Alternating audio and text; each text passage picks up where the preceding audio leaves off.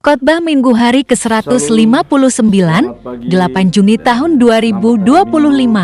Injil Yohanes pasal 14 ayat 15 sampai 26. Perikop, Yesus menjanjikan Roh Kudus. Di hari yang ke-159 diambil dari Injil Yohanes pasal 14 ayat 15 sampai dengan 26 dengan perikop Yesus menjanjikan Roh Kudus. Sebagai nats pada minggu ini dapat kita lihat sebagai berikut. Yesus menjanjikan penghibur. Jikalau kamu mengasihi aku, kamu akan menuruti segala perintahku. Aku akan minta kepada Bapa, dan Ia akan memberikan kepadamu seorang penolong yang lain, supaya Ia menyertai kamu selama-lamanya, yaitu Roh kebenaran. Dunia tidak dapat menerima Dia, sebab dunia tidak melihat Dia dan tidak mengenal Dia. Tetapi kamu mengenal Dia, sebab Ia menyertai kamu dan akan diam di dalam kamu. Aku tidak akan meninggalkan kamu sebagai yatim piatu. Aku datang kembali kepadamu. Tinggallah sesaat lagi, dan dunia tidak akan melihat aku lagi. Tetapi kamu melihat aku, sebab aku hidup, dan kamu pun akan hidup. Pada waktu itulah kamu akan tahu bahwa aku di dalam Bapa-Ku, dan kamu di dalam aku, dan aku di dalam kamu. Barang siapa memegang perintahku dan melakukannya, dialah yang mengasihi aku. Dan barang siapa mengasihi aku, ia akan dikasihi oleh Bapa-Ku, dan aku pun akan mengasihi dia, dan akan menyatakan diriku kepadanya. Judas yang bukan Iskariot berkata kepadanya, "Tuhan, apakah sebabnya maka engkau hendak menyatakan dirimu kepada kami dan bukan kepada dunia?" Jawab Yesus, "Jika seorang mengasihi aku, ia akan menuruti firman-Ku, dan Bapa-Ku akan mengasihi dia, dan kami akan datang kepadanya dan diam bersama-sama dengan dia. Barang siapa tidak mengasihi aku, ia tidak menurut firman-Ku, dan firman yang kamu dengar itu bukanlah daripadaku, melainkan dari Bapa yang mengutus aku. Semuanya itu kukatakan kepadamu, selagi aku berada bersama-sama dengan kamu. Tetapi penghibur, yaitu Roh Kudus, yang akan diutus oleh Bapa dalam namaku, dialah yang akan mengajarkan segala sesuatu kepadamu, dan akan mengingatkan kamu akan semua yang telah kukatakan kepadamu. Demikian firman Tuhan pada hari ini. Sebagai khotbah minggu yang akan kita dengar di dalam ibadah pagi ini. Sekarang kita masuk dalam ayat bulan Juni yang menjadi pedoman kita setiap kita menyampaikan firman Tuhan, yang diambil di dalam 2 Korintus pasal 5 ayat 17. Intinya adalah transformasi spiritual baru, ya, dan hidup baru bersama dengan Yesus Kristus. Dan dialah mendamaikan kita dengan Allah. Nah, kalau sudah transformasi spiritual dari hidup lama dalam dosa menjadi hidup baru, maka dikatakan wajib menjadi saluran berkat bagi semua orang. Jadi transformasi hidup baru bersama dengan Yesus adalah untuk menjadi saluran berkat bagi orang lain. Sekarang kita masuk dalam perikop hari ini, yaitu Yesus menjanjikan Roh Kudus. Mari kita lihat apa latar belakang pernyataan ini yang disampaikan oleh Yesus. Yang utama adalah bahwa dia akan tidak lagi dilihat oleh dunia. Dia akan pergi. Kalau kita lihat dalam latar belakang yang menyampaikan bahwa di sini menghadirkan pesan penting mengenai hubungan antara Yesus dan para pengikutnya, serta peran Roh Kudus sebagai penghibur. Inilah karena Yesus tidak lagi bersama-sama dengan kita, maka dia perlu memberikan pendalaman kepada murid-muridnya sebelum dia meninggalkan muridnya atau sebelum disalibkan. Sebentar lagi saya tidak akan lagi dilihat dunia. Maka Yesus menjanjikan, tapi kalian tidak sendirian, tetap ditemani oleh Roh Penghibur yang diberikan oleh Bapa melalui aku, kata Yesus. Nah, ayat ini diucapkan saat Yesus sedang bersiap untuk menghadapi penyaliban. Jadi sebelum dia disalibkan, dia memberikan pesan kepada murid-muridnya, di mana dia menjelaskan kepada murid-muridnya tentang kehadiran dan bantuan Roh Kudus yang akan menyertai mereka setelah dia pergi. Jadi ada janji untuk menguatkan para murid-murid walaupun Yesus pergi, maka dia akan mengirimkan Roh Kudus sebagai Roh Penghibur, pembimbing di saat kita menjalani kehidupan sehari-hari. Nah, dalam konteks ini, Yesus mengingatkan para murid-muridnya.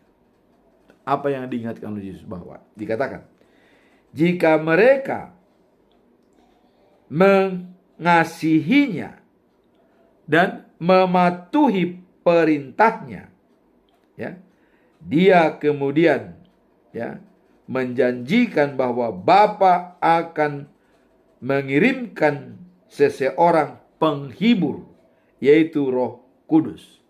Jadi dengan syarat semua murid-murid mengasihi Yesus, mengasihi dia dan menjalankan perintahnya, maka Roh Penghibur akan menyertai mereka di dalam menjalankan tugas sehari-hari. Nah, seperti ayat 26 dikatakan bahwa Roh Kudus akan memberikan pengertian yang mendalam dan bimbingan kepada mereka membantu mereka untuk tetap setia meskipun. Jadi meskipun Yesus secara fisik tidak bersama mereka lagi. Jadi walaupun Yesus secara fisik tidak berada bersama dengan murid-muridnya. Dan Yesus mengatakan, tapi Roh Kudus yang membimbing dan memelihara. Roh Kudus menjadi peneguhan bagi setiap pengikut Kristus. Jadi Roh Kudus yang menjadi peneguhan. Inilah latar belakang daripada perikop ini. Karena Yesus hendak pergi dan disalibkan, tidak lagi dilihat oleh dunia dan para muridnya. Maka dia mengatakan, tetap mengasihi aku dan menjalankan perintah-perintahku, maka Roh penolong akan turun bersama dengan kalian, yaitu Roh Kudus. Apa tujuan utama dalam Injil Yohanes pasal 14 ayat 15 sampai 26 ini? Tujuan utamanya adalah untuk menegaskan pentingnya hubungan kasih antara Yesus dan murid-muridnya, serta menjelaskan peran Roh Kudus yang akan menjadi penghibur setelah Yesus ascended, artinya terangkat ke surga. Jadi Yesus tetap menjanjikan, bahkan dikatakan, kalian tidak akan tinggal seperti yatim piatu yang tidak mempunyai bapa, tetapi tetap ditemani oleh Roh Kudus dengan syarat mengasihi Yesus dan melakukan perintahnya. Dan dalam konteks ini, ya, kasih kepada Tuhan itu sama dengan ketaatan menjalankan perintahnya. Itulah bukti. Jangan hanya mengatakan, oh saya mengasihi Tuhan. Tapi mana buktinya? Nah, kalau kita mengasihi Tuhan, buktinya adalah menjalankan perintahnya. Karakter Allah adalah kasih. Barang siapa tidak memiliki kasih, tidak mengenal Allah. 1 Yohanes pasal 4 ayat 8. Allah itu adalah kasih. Nah, jadi di sini dikatakan bahwa kasih kepada Tuhan adalah ketaatan untuk menjalankan perintahnya. Kemudian kita lihat pentingnya kehadiran Roh Kudus dalam hidup kita. Kehadiran Roh Kudus dalam hidup kita, maka wajib hukumnya kita menjalankan atau berdasarkan kitab Ibrani pasal 12 ayat yang kedua. Dikatakan, supaya lebih update dalam bahasa Batak, dikatakan, tabereng ma induk ni haporsiaoni dohot na pauju kosa ima Yesus. Mata kita tertuju kepada Yesus yang memelihara dan membimbing iman kita dari awal sampai akhir hidup kita.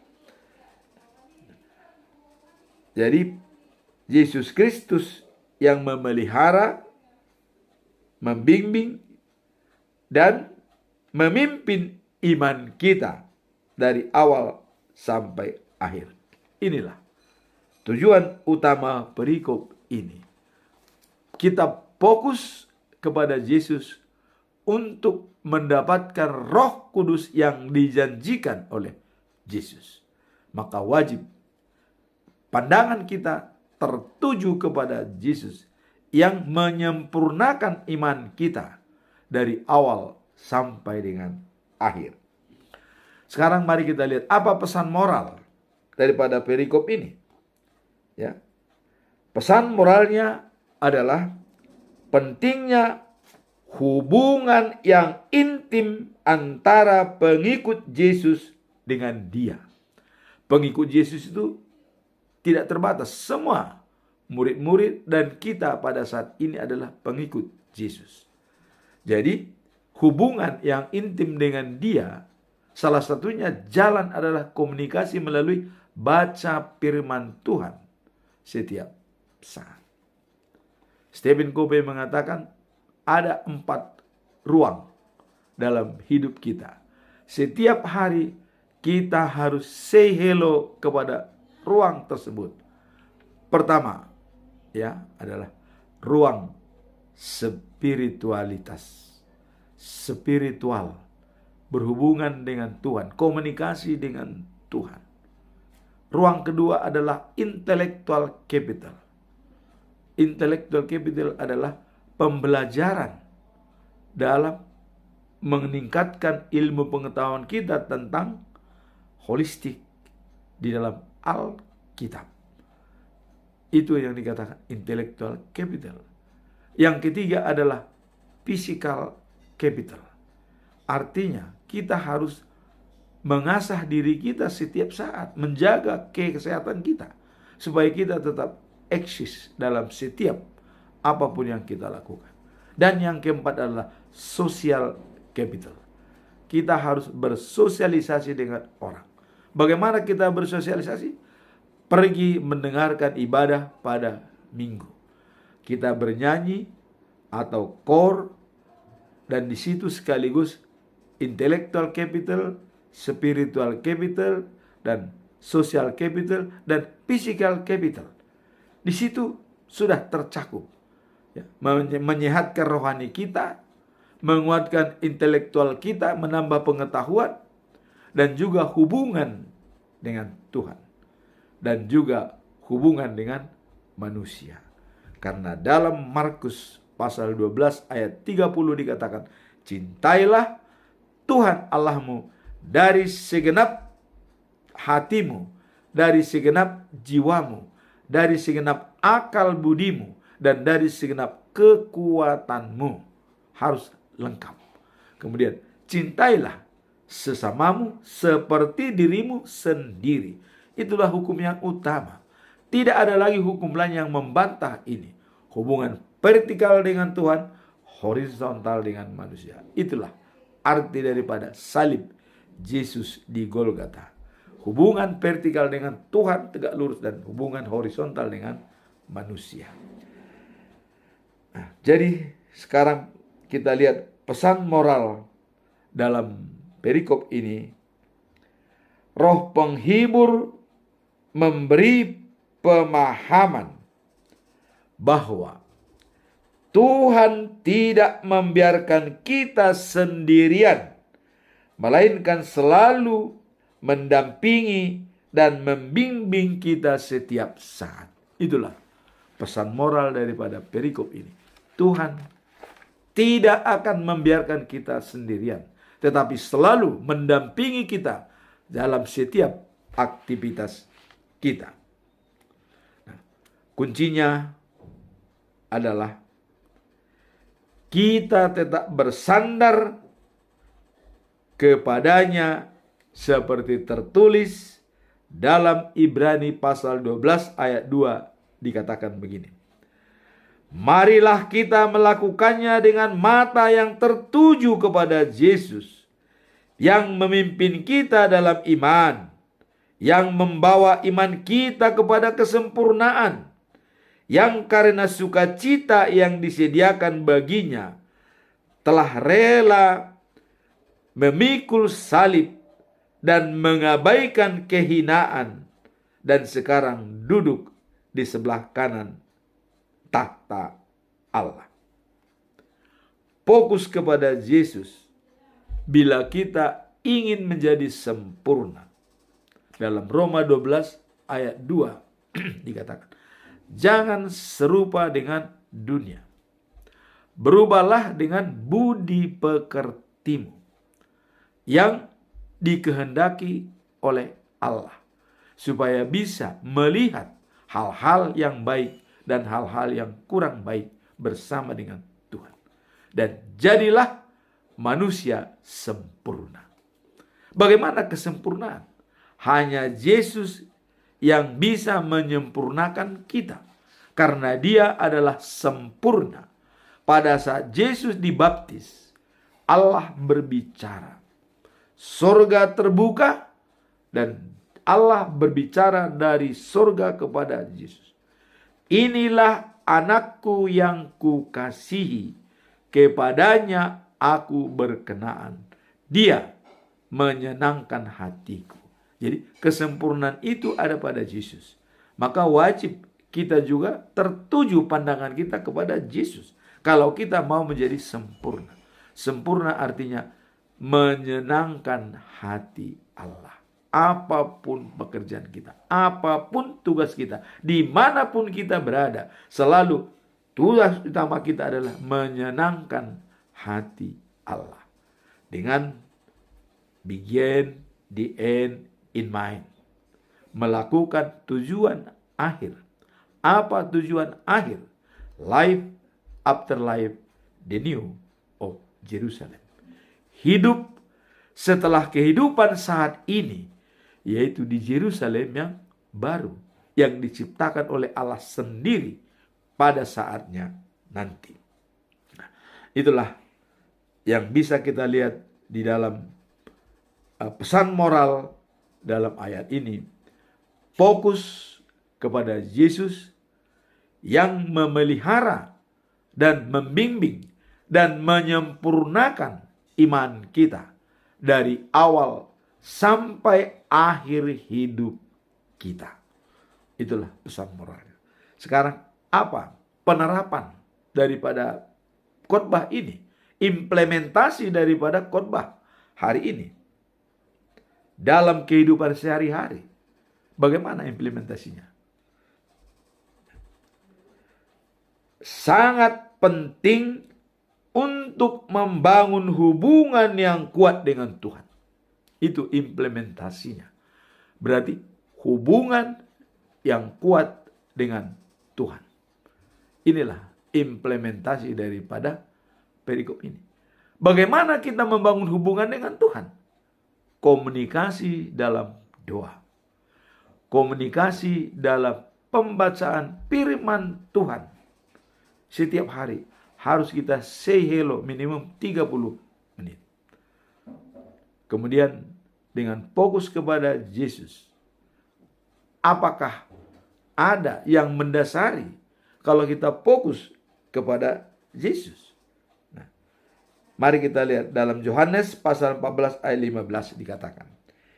Jika kamu mengasihi aku, kamu akan menuruti segala perintahku. Jadi menuruti perintahnya adalah mengasihi Tuhan. Makanya tadi kasih kepada Tuhan adalah menjalankan perintahnya. Nah, kemudian Roh Kudus yang dijanjikan akan membimbing kita, ya, selama kita hidup di dunia ini. Kemudian, ya, bahwa pengorbanan Yesus di kayu salib itu bukan sebagai hina, tapi itu adalah karena dia akan naik ke surga di sebelah kanan Allah Bapa. Ini merupakan role model bagi kita. Nah, kemudian saya akan mencoba melihat pegangan kita dalam hidup ini dan memelihara firman Tuhan. Kita harus ingat dalam Yohanes pasal 3 ayat 16. Begitu besar kasih Allah akan dunia ini, maka ia mengirimkan anaknya yang tunggal Yesus, supaya barang siapa percaya kepadanya tidak binasa, melainkan beroleh hidup yang kekal. Kemudian Yesus mengatakan, akulah terang dunia. Ikut aku tidak akan berjalan dalam kegelapan, tapi terhindar dari segala ancaman maut. Dikatakan dalam Yohanes pasal 8 ayat 12. Akulah terang dunia. Barang siapa mengikuti aku, dia tidak akan berjalan dalam kegelapan, selalu dalam terang. Nah kemudian Yohanes 14 ayat 6 dikatakan, akulah jalan, kebenaran, dan hidup. Tanpa melalui aku, tidak seorang pun yang sampai kepada Bapa. Jadi tetap fokus kita kepada Yesus. Nah kemudian dalam Yohanes pasal 6 ayat 35 dikatakan, akulah roti hidup. Barang siapa datang kepadaku, tidak akan kelaparan. Barang siapa percaya kepadaku, tidak akan kehausan. Jadi lapar dan haus jaminan bagi spiritualitas kita, rohani kita akan hidup selama-lamanya bersama Yesus. Itulah artinya Yesus sebagai roti hidup. Menjamin kita untuk hidup selamanya apabila datang kepadanya dan percaya kepadanya. Nah kemudian 1 Yohanes pasal 4 ayat 8 dikatakan. Nah inilah merupakan inti daripada semua. Allah itu kasih. Barang siapa tidak memiliki kasih, tidak mengenal Allah. Ini jelas dikatakan. Jadi memiliki kasih, mengenal Allah. Tidak memiliki kasih, ya tidak mengenal Allah. Jadi jangan kita mengasihi, tapi ya tidak menjalankan. Makanya dalam Yakobus 2 ayat 17 dikatakan, iman tanpa perbuatan adalah mati. Jadi menjalankan perintah Allah itu adalah merupakan implementasi daripada perikop ini. Makanya tadi dikatakan, kasih kepada Tuhan, jalankan perintahnya. Itulah kesimpulan kita pada hari ini. Dan sebagai penutup, tetap kita mengacu kepada Ibrani pasal 12 ayat 2. Dan dalam bahasa Batak Toba dikatakan, tabereng ma induk niha porseoni dohot na pauju kosa ima Yesus. Dialah yang memelihara hidup kita, iman kita, membimbing iman kita dari awal sampai akhir. Maka dengan demikian, marilah kita fokus kepada Yesus untuk menyelamatkan kita. Semoga khotbah minggu ini bisa menjadi bekal bagi kita dalam menjalankan kehidupan kita sehari-hari. Amin. Tuhan memberkati.